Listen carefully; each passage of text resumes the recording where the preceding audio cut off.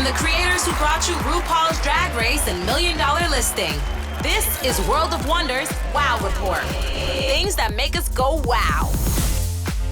Hello, everyone, and welcome to another scintillating edition of the Wow Report, where we count down the top 10 things of the week that made us go wow. I am Fenton Bailey, co-founder of World of Wonder, and joined by my partners in crime, Tom Campbell, our Chief Creative Officer. Hello. Hello. And, of course, the lovely one and only James St. James. Woo! And Blake's here too, of course. So, I think you know what happens next. It's number 10, and it's Tom. Number 10. Last night, I tried to watch the Kevin Hart roast on Netflix. Oh, God, you're a better man than I Because swear it clips to God. very well, and Chelsea Handler comes off really well and lands some big slugs. And I thought, I am ready for this kind of red-blue Coliseum roast. I'm not. I start to watch it, and it's too long. It should be consumed in clips on social media, not Netflix. So I'm sitting there on Netflix, dying to talk to you guys about something and not just about work. And so I watched the number one movie on Netflix right now, and it is called Remarkable Bright Creatures. I don't know anything about this. Who is it? Stars Sally Field. Sally Field has given me enough of my life that I owe Sally Field watching her newest movie. And she's wonderful, but some airport novel that went very big. And it's about an old lady who lives in the Northwest who inexplicably is a janitor at an aquarium. And she has this relationship with the octopus in the tank. And the octopus in the tank is the narrator of the entire story. And this is bonkers. And the octopus speaks with great clarity and wisdom. And the octopus, I learned later, is voiced by actor Alfred Molina, but the entire time, it sounds like Alec Baldwin. So it's kind of unsettling that Alec Baldwin is this all-knowing. The movie and the book are narrated by an octopus. Yes, because he wants to bring these two sad souls together. Sally Field, who has lost something in the ocean, which we find out later what that is, and this young boy whose virginity. Whose van literally breaks down in the middle of this tiny little town, and everyone is warm and it is so see and say, it's crazy. That being said, the actors are incredible. Sally Field gives us a performance. And this, I wish this was my observation, but I read about it later in the New York Times review. They said, this is how great an actress Sally Field is, because there is a scene toward the end, spoiler alert, where the octopus is out of the tank and in a bucket, like a mop bucket. And it's a very dramatic sort of toward the end of life scene. And the New York Times person pointed out that while it's CGI and quite good CGI, that Sally Field is delivering like a Steel Magnolias after the funeral scene to an empty bucket. Like in real life, it was just Sally Field and an empty mop bucket. And she is giving us highs and lows and mediums and tears and frustration. And that's how AI has proven to us that Sally Field is one of the greatest actresses who's ever lived. So the test of any actress is that actually, can you just do it in a bucket, empty room with no one there? A bucket. A yellow janitor's bucket. An empty yellow janitor's bucket. I had to turn it off because I thought here again, this is about me, but it's like, the roast is too hard for me. I'm like, Papa Bear, too hard. And then Sally Field was so soft, and I stayed tuned because I went to the New York Times to read about it, and they said this closing scene of Sally Field in the bucket is a must-see television. So I stayed for the whole thing, but it was not easy, but it's a number one movie. Go Sally Field. You don't think it's all about the octopus then? Because the My Octopus Teacher was the Oscar winner. Well, I think what's really brilliant about it is that you have two disparate groups of demographics. You've got Sally Field fans who are probably old queens, and then you've got the octopi people who are all about. So people who love calamari. People love calamari. You pull together into a giant calamari-esque meal for Yes, it's everybody. Like a TGIF Fridays meets Sally Field kind of thing, I thought the title was kind of off-putting, to be honest. I thought like 100%. No, I forced myself to watch it, but you know, Sally Field can make a bucket look good. So you are very positive, Tom, but I'm getting the thing that this movie sucks from you. I am like it's just way too. It's like a Hallmark movie. You know what I'm saying? It's not as embarrassing. I mean, the movies Netflix is Hallmark now. Yeah, and a lot of older actresses, you know, the things that Jane Fonda had to endure. There are all these kind of hokey movies, these book club movies. The plus and the minus is we get to see Jane Fonda and Sally Field and these people on screen being the tremendous actors they are, but the material is a little bit below them. And again, it may have worked in a book where you're hearing the octopus speak and then you flip another chapter, but it's weird in the well, I was surprised, frankly, that you watched a roast, because that is very un-Tom like. That's a little too vicious for you. I'm a little surprised that you went there. I'm not a saint. Chelsea Handler's takedown of, I don't know, a couple of white comedians. Oh, that horrible Tony Hinchin or whatever. Oh, he's I knew you awful. Oh, dear God in heaven. What a horrible person. Because you're not anti-roast, are you? No, I like roast. It's just it's just really, it's long. You look at the running time, it's like over 2 hours, and you're just like, I'm not going to sit. It's vicious for you. You don't like the viciousness sometimes. It can be a little, for a long period of time. I don't want that. You know, I'm in bed with the cats. All right, well, let's go on to number 8. No, let's go on to number 9. Number 9. The Mystery of Richard Simmons, a Diane Sawyer special, Tuesday night on ABC. It was massively hyped. Find out what really happened to a legendary fitness guru who mysteriously vanished from public view for over 10 years. Like a lot of these exposés, it was a bit of a letdown. The first 45 minutes are, a recap of his career. He's a manic pixie, angel from heaven who was sent down to help the overweight of America. And he wears sparkly shirts and he wears short shorts and he has curly hair. And you see, that's like all you get for 45 minutes is, he's on David Letterman. He's on Rosie O'Donnell. He's on, Howard Stern. You just get these clip after clip after clip of how wonderful he is and how he saved America from obesity. There's one celebrity interview with Rosie O'Donnell, who has absolutely nothing to add to the conversation except for the fact that, he might have been depressed near the end. Well, duh. Get in line. Yeah. Then the last 15 minutes, we discovered that, he, in 2014, he went into seclusion. As they say, he pulled the curtains down or whatever, how they say about old Hollywood women. When he started to lose his looks. Richard Simmons never had any looks to lose, frankly, but he didn't want anyone to see him again. And so there was all this speculation that he had a sex change in the National Enquirer. That's not true. And then there was speculation that his housekeeper was keeping him hostage.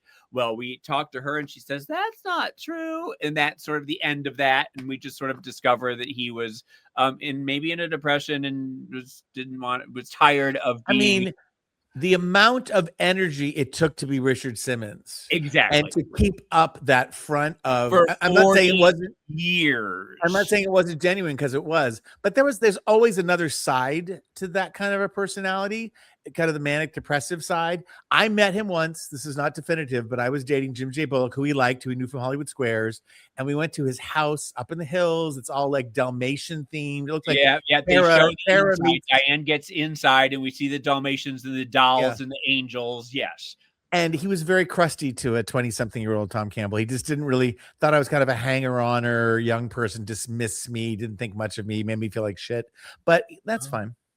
We did approach him because Jeremy, who Emmy award-winning director Jeremy Simmons, the last Beaker. Yes, he wanted to do a documentary, and we reached out to him. This was before the disappearance, but it was a very negative kind of pushback that we were so camp and like it was almost like, why would you want to do a documentary about me? That was a sort of almost offended him. Because I sent you a picture earlier of me and Richard, and it was taken outside the door of World of Wonder.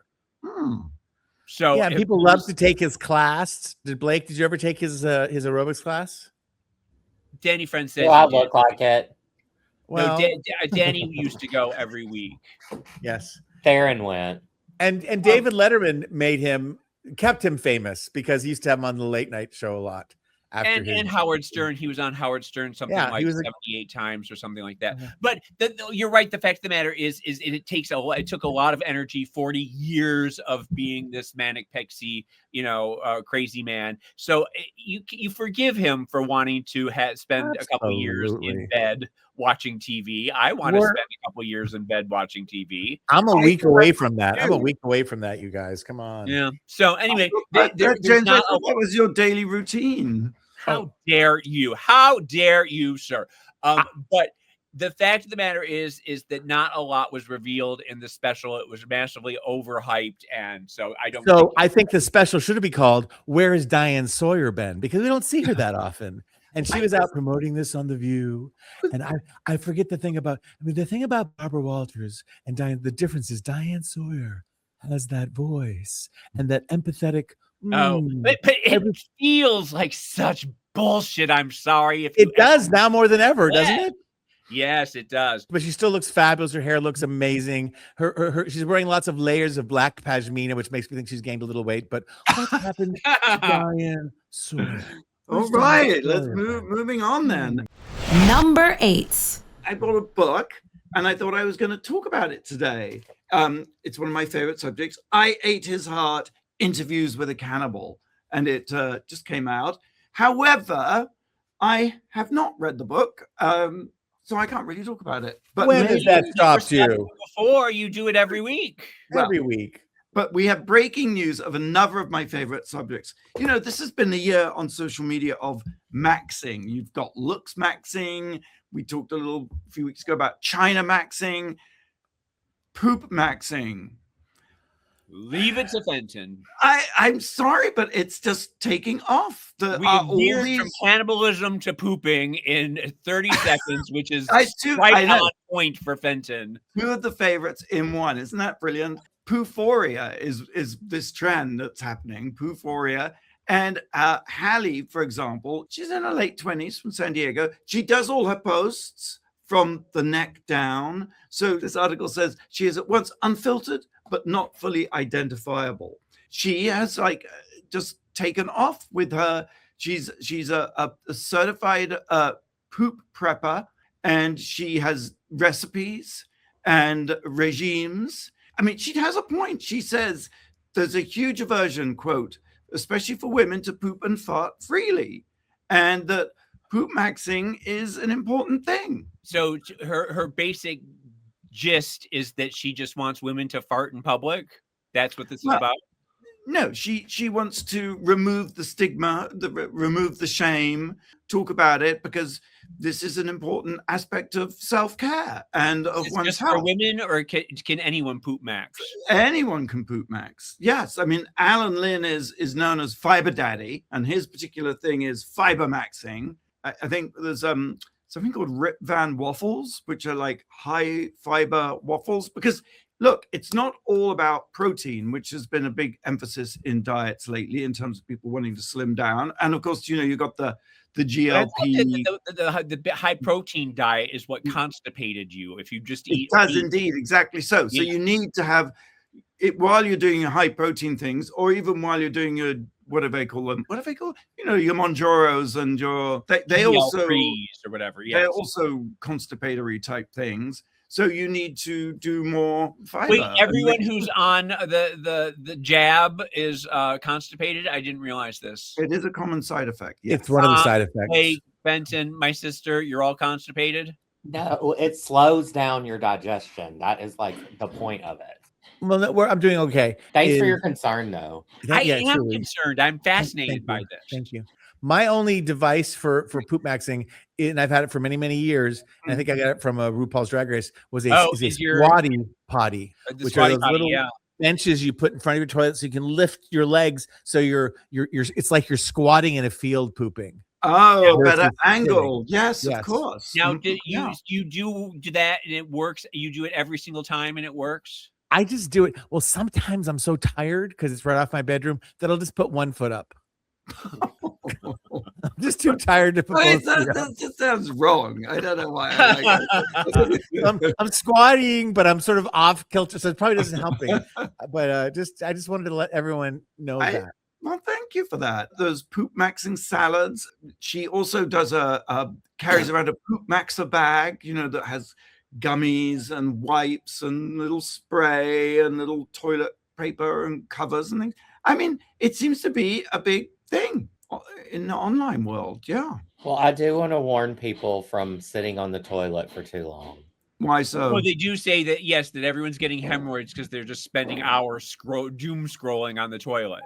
Exactly. You're just sitting down, right? But you're spreading your ass and pushing. So if Some you do gravity that taking effect. We've really devolved here on the WoW Report. I don't know that this is really where we want to spend the.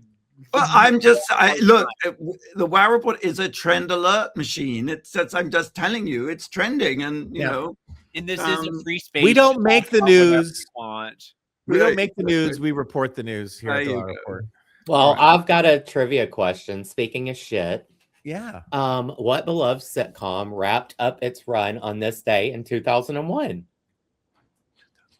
All right, we'll have the answer here on the WoW Report right after the break. You're listening to World of Wonders Wow Report. Things that make us go wow. And welcome back to the WoW Report. We are maxing out all the things that happened this past week. And James is doing his face. I'm here with Tom and Blake. You had a question. Yep. What beloved sitcom wrapped up its run on this day in 2001, May 15th? Friends, I'm thinking. I feel like Friends was 99. I'm going to say Seinfeld. It was Friends. Okay. Why does that have to do with poop? Because it's shitty. Oh. Now. Well, counting down the top 10 things of the week, we've reached 7. Number 7. We are in a renaissance of comedy with women of a certain age or a certain gravitas. And those two shows are both on HBO Max, and I keep talking about them and I won't stop, but it's Hacks and The Comeback that are both on fire this season. If I had to pit them against each other, which is wrong to do, I would say that Hacks is the best of the best and The Comeback's having its best season ever. Are you guys up to speed on Hacks or up to speed on The Comeback? I'm afraid of your answer. I'm not up to speed on either. I'm so embarrassed. I'm surprisingly up to speed on Hacks. I am almost up to speed on The Comeback. I have missed the last episode, I think. It's 8. It's coming right up. It's there. I watched all of The Comeback. I'm up to speed on that, the finale. I will do no spoilers. But Hacks is by the time this airs, Hacks' finale will have aired, but I haven't seen it yet. But can I just tell you, this is why Hacks is so good. Because not only is there a series arc, but they deliver hard comedy. They deliver ridiculous sitcom situations that play out. And the best one of the whole season, you know how the characters that Gene Smart plays and Hannah Einbinder play, that everyone like secretly wishes they were lesbians, even though Hannah Einbinder is, and it's like I'm gonna give the premise because it's so delicious. So, and you know how when Hack started, this was like, oh, it's Joan Rivers' life. They're ripping off Joan Rivers' life. No, they've done a brilliant job of sort of tapping into all female comedians and actresses and comedians of a certain age. Well, she wants to find the Bob Mackie design dress that Carol Burnett wore on her last episode of the Carol Burnett show on her Madison Square Garden premiere, and she finds out that this reclusive now lesbian comedian played by Cherry Jones, who is an homage to Ellen DeGeneres, and Leslie Bibb plays Portia de Rossi, basically, and they go to Montecito to see her. And all, again, sitcom. All Deborah Vance wants to do is to figure out a way to get that Carol Burnett white dress. That's all she cares about. So they get there, and she tells Hannah Einbinder to come with her. She goes, oh, by the way, just as they knock on the door, the lesbians at the door, she goes, I told them that we're in a relationship. And so the whole weekend, they have to pretend to be a lesbian couple, which takes Deborah Vance all out of control because she has to put up with everything because she's in a situation where she can't be caught in a lie now. And Hannah Einbinder is talking about strap-ons and pillow princesses, and they make out, and it is the funniest thing. And Cherry Jones is the best of the best. And Leslie Bibb has just become my favorite since I really kind of discovered her hard on White Lotus. It is the funniest episode you've ever seen. And it's the perfect wish fulfillment because they are lesbians. Anyway, what were you going to say, Fenton? In the sort of battle between the two, Comeback and Hacks, I think you've always been predisposed to Hacks, right? I could not stomach the Comeback, and I find this season to be much better, much more well-rounded. I love this. I love the whole triptych. I love the idea that this is something that's been made over 20 years, 10 years apart, all of that. And it's kind of like, in The Grinch Who Stole Christmas, when they hold up the magnifying glass and his heart has grown 8 sizes and it actually breaks the magnifying glass. I feel like Michael Patrick King's heart has grown 8 sizes because it's almost too sentimental the last couple of episodes, but they're really kind of fulfilling. And I went online. Okay, it's all about, an AI sitcom taking over the world that she stars in, and she has to keep that secret from the world, and it gets out and what happens. But there's a part of the very last episode. This is not going to ruin anything, but the last interview, Valerie Cherish is in black and white, and for apparently no reason, it goes into vivid color. And so I've called my friend Greg, and he's like, I think that means this. I think that means that. And so I go onto AI. I say, what does it mean? Right. And it tells me that it's a callback to the finale of season 2. So I went to AI to figure out a show that is criticizing AI. Now, and once I got online, what's wrong with reviewers and couch reviewers is, well, why didn't they write a story about a young girl and compare it to what it was like for the young girl in the first episode? It's like the young actress. It's like, that's not what they did. Right. Their own show. The Comeback is pretty spectacular, and the themes it tackles, does it answer all of them? Impossible to. It's also not what it's like. It wasn't 9,000 episodes, it was 8. And I thought they did a brilliant job this season in making it relevant. No shade to Michael Patrick King, but I do think the genius here also is Dan Bucatinsky, who's just such an integral part of it. And I would just say, I just don't believe it's over. Maybe you're gonna have to wait 10 years, but they're gonna do something. It's a industry darling. They'll do micro series, right? Everyone's doing micro. It'll be like Downton Abbey, where they'll have a Christmas episode every year. Yes, she'll be 500 years old, but she'll be in World War II, and she'll still be alive and well. Oh, I love that. All right, let's move on to number 6, James. Number 6. Well, I wanted to give a health update on Katya, who the RuPaul's Drag Race breakout superstar, who was part of the one half of the team of Trixie and Katya. And a couple weeks ago, she had posted a picture on Instagram of herself in a hospital bed with what looked like a very giant feeding tube in her nose, but she didn't say what was going on. And about 10 days passed, and she finally gave an update. And I wanted to read it to you. She said, "Hi, friends. I'm back out of the hospital. I had to do an emergency abdominal surgery," which right there sounds a little serious. There was a bowel obstruction in my small intestine. They had to decompress my stomach, flush out the intestines, and remove and reattach a small part of my small and large intestine. I was in the hospital with an NG tube down my nose and stomach, pumping fluid up and out of my body for 10 days without being able to eat or drink. It was absolute hell on earth, but the tube is gone. I'm eating and drinking, and I'm back home. Thanks to the surgical team at Cedars-Sinai, Cedars-Sinai is the best. I'm so glad she was there. Especially Dr. Matthew Bloom and Dr. Sydney Caputo. And a shout out to Nurse Audrey for being a baller. Hallelujah. That sounds, like they had to remove and reattach part of her small and large intestine and flush it out. That is major. So, I'm glad that everything is doing well and that she managed to, that she's on the mend. Absolutely. That sounds like an episode of The Pit I do not want to watch. I don't even know. Maybe you're the bowel expert, Fenton. How do you even know if you have a bowel obstruction that needs an intestinal surgery?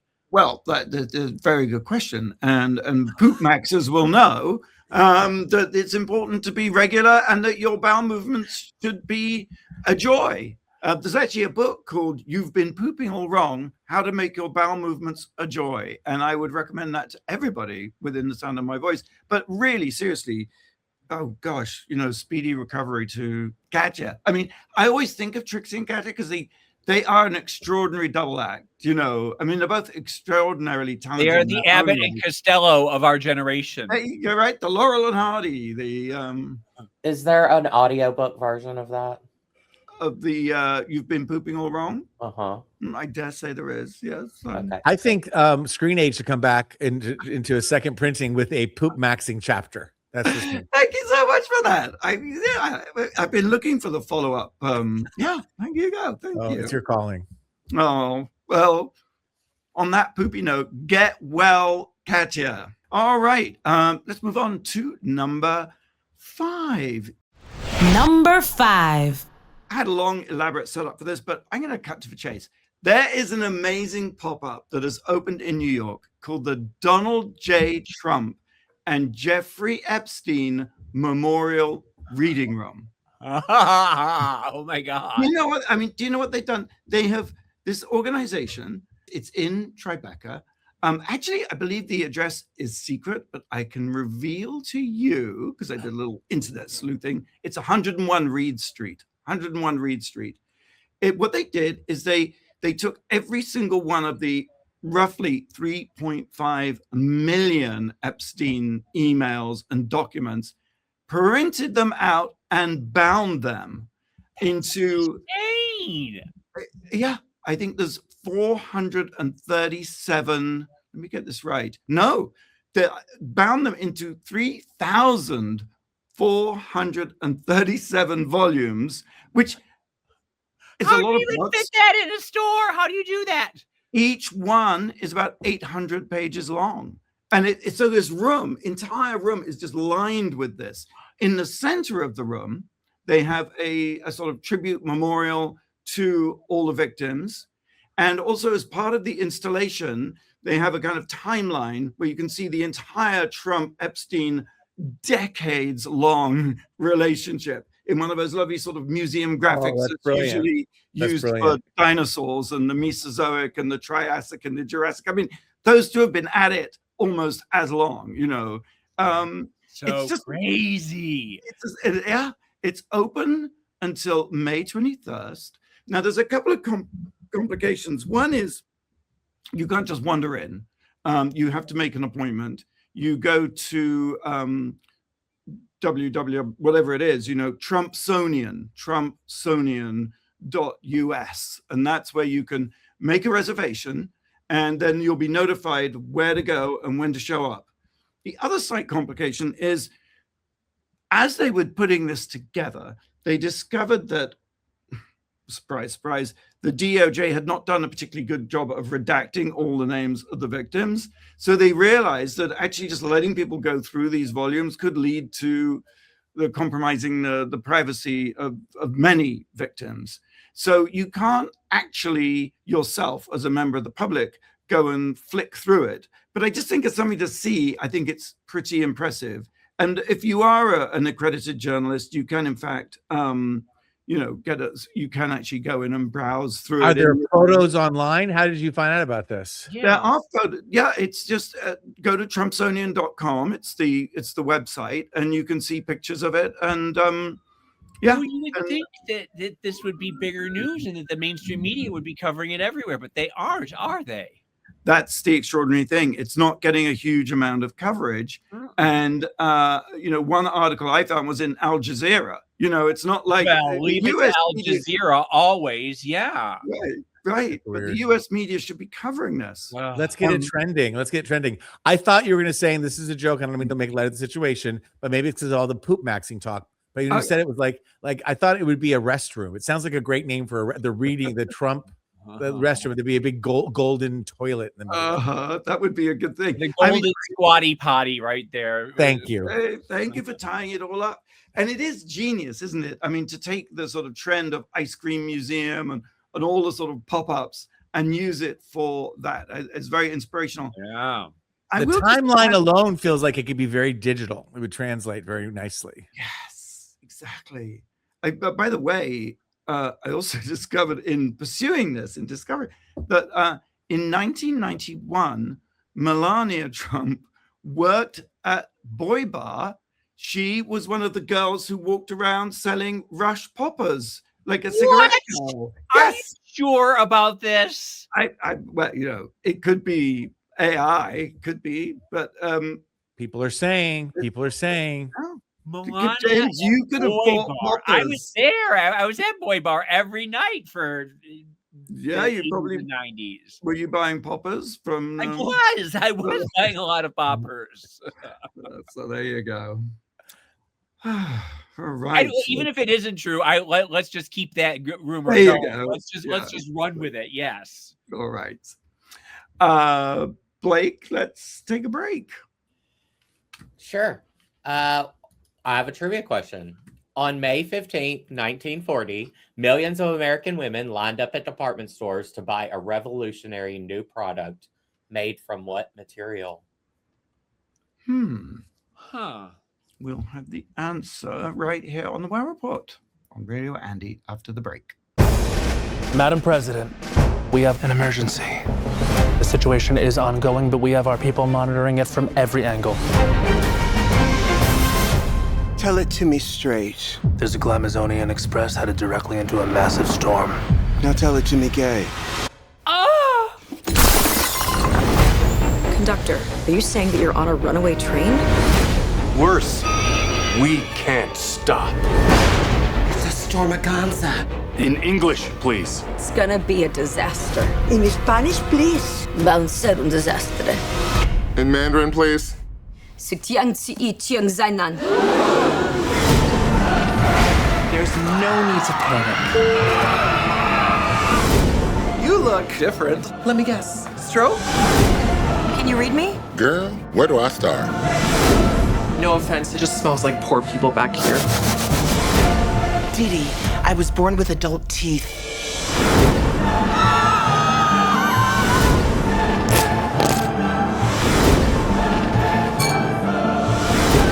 Would you mind helping me with my mother? Of course. Thank you.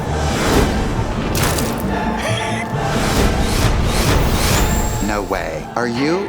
I am. Are you sitting in my seat? I paid for the window.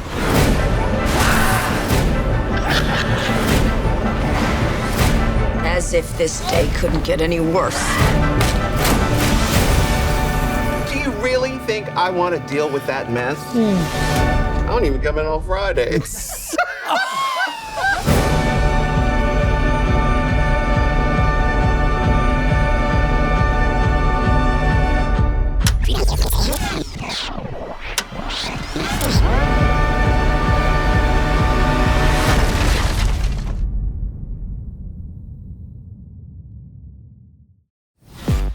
You're listening to World of Wonders Wow Report.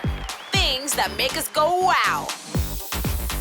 All right, welcome back to the Wow Report. I'm here with Tom and James and Blake, of course, and we've reached number 4.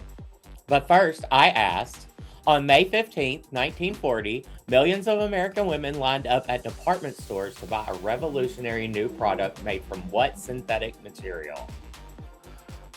I think they were pantyhose made of nylon. Oh, that's a really good answer. I'm going with that too. Yeah, it's nylon for sure. Ding, ding, ding. Y'all are right. Interesting. Okay. All right. Well, now it is time for number 4. Number 4. We lost a amazing voice, sometimes controversial, always unforgettable, Rex Reed, who was a celebrity interviewer and movie reviewer extraordinaire who kind of worked his whole life. I think he was 86. He had highs and lows, but he lived at the Dakota to his last days, a home he bought from one of his rare movie appearances in Myra Breckenridge, where he played a pre-operative He was supposed to be Raquel Welch before her transitions, which is thank you, quite unbelievable and probably contributed to it being such a flop. But yes, it is, it was a big thing at the time. But he was, from the 1960s, 70s, 80s, he was ubiquitous. Yes.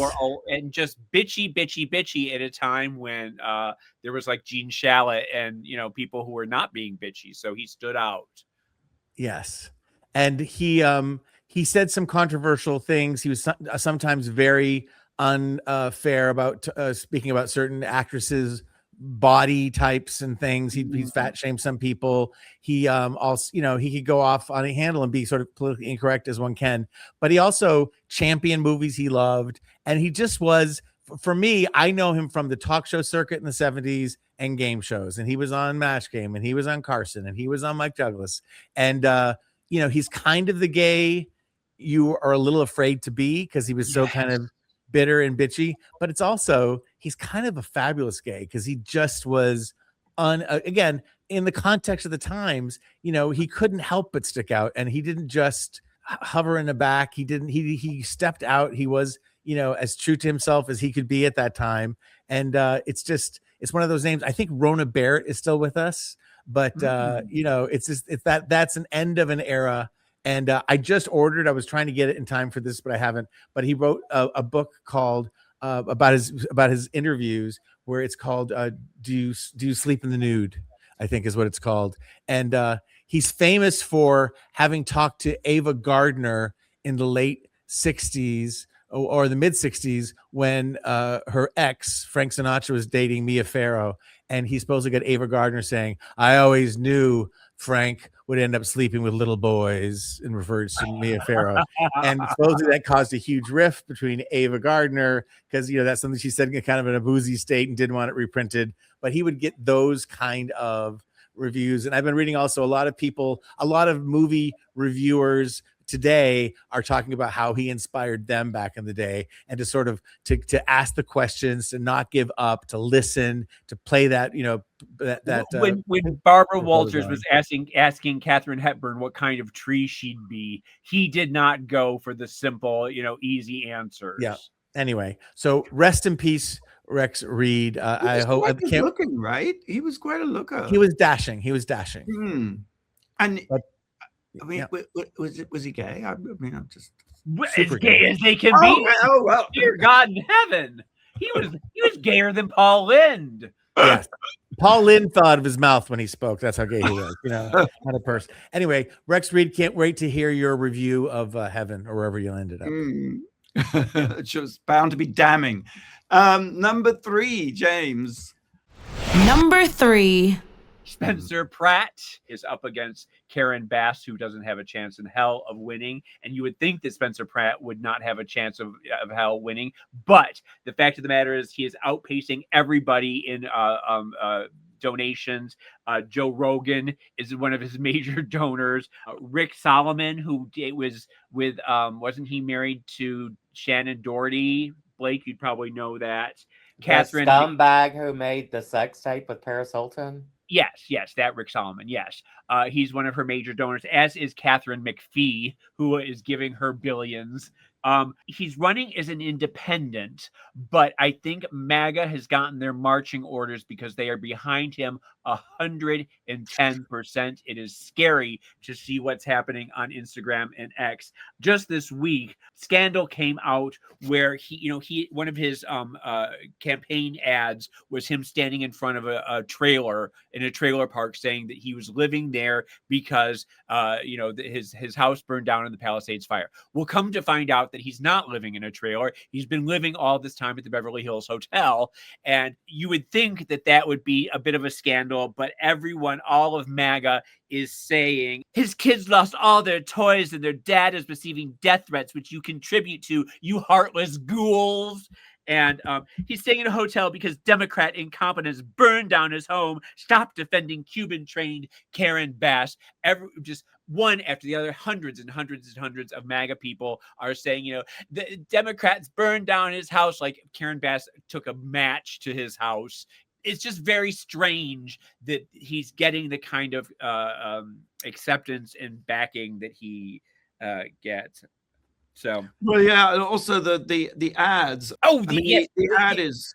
Yeah, the ads are absolutely brilliant. There's a new one that came out today that I sent you guys, and it's AI, of course, but it's imagining a world in which Spencer Pratt is the the Has mayor. saved LA. Yeah, see, he's the saint of LA. And one of the there's a woman who's jogging, and she says, "I love LA now that I don't have to decide if I just stepped in human shit or dog shit."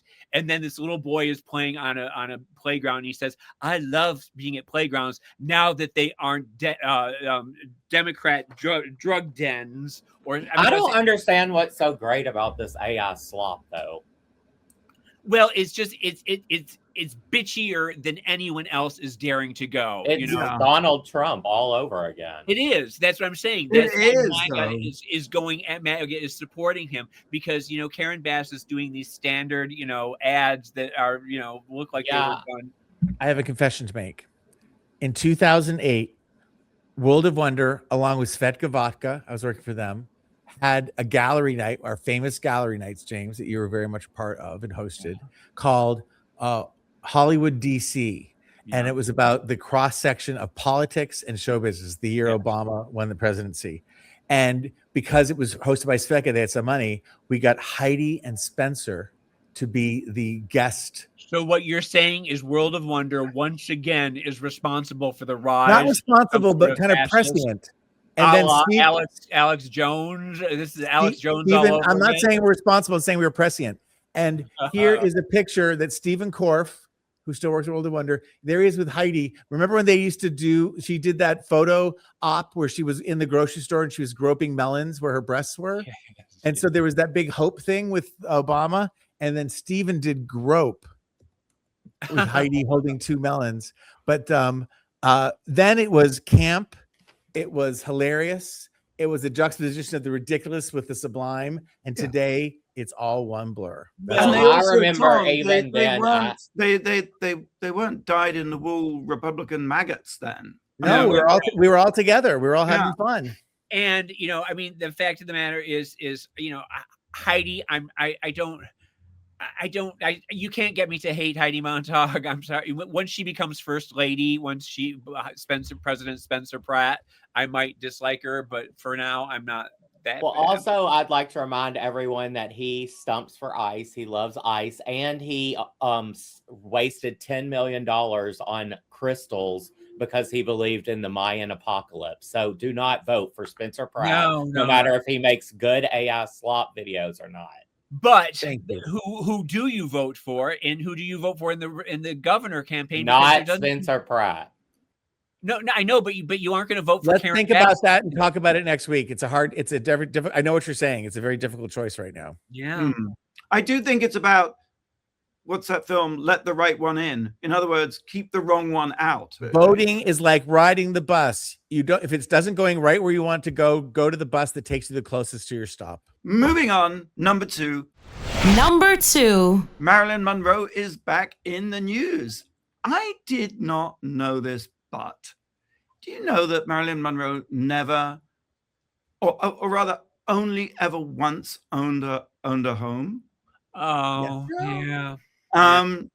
Apparently she had 50 addresses associated with her in her lifetime, but in February 1962, just then a few months before she died in that same year in August, she bought a house, a little on Doheny. Yeah, it's on Doheny. Yeah, a bungalow in Brentwood. Yeah.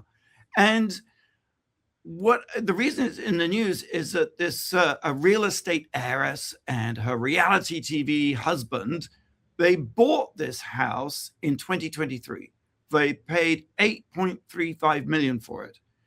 And their intention was to knock it down and fold it into their estate next door. And in fact, they did buy it. And in fact, they did get a permit to demolish it.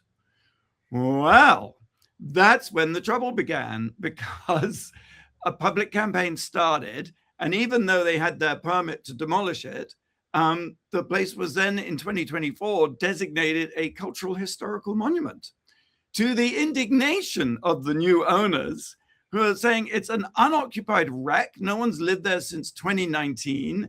It's been upgraded many, many times, so that there are no traces of what Marilyn Monroe, in the short time she lived there, did with it. Apparently she only put in a few Mexican tiles, but they're saying it's all gone anyway.